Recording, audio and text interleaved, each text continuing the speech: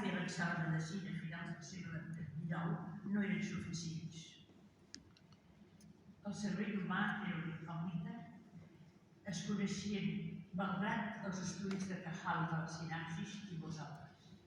Cajal fou professor d'aquesta matèria mentre deixava prosperar.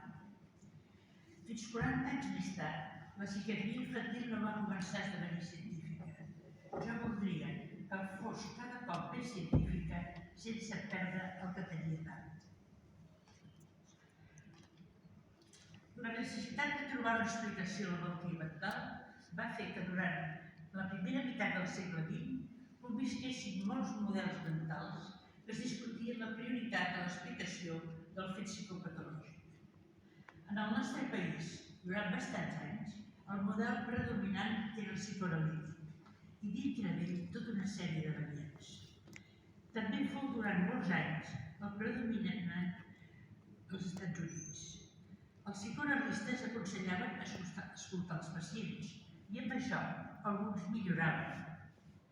Però sembla ser que Leo Kanner, després de publicar la seva descripció de l'autisme infantil l'any 1943, acomiadava els seus estudiants quan s'incorporaven a l'Institut de Psicoanàlisi perquè s'aturaven a l'estadi oral i s'empassaven tots els que deien.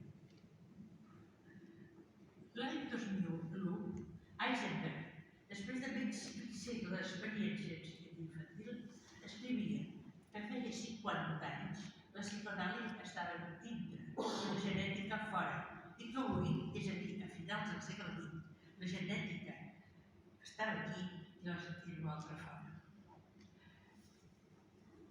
La psicoanàlisi serveix per a comprendre el pacient, però criticava la seva metodologia de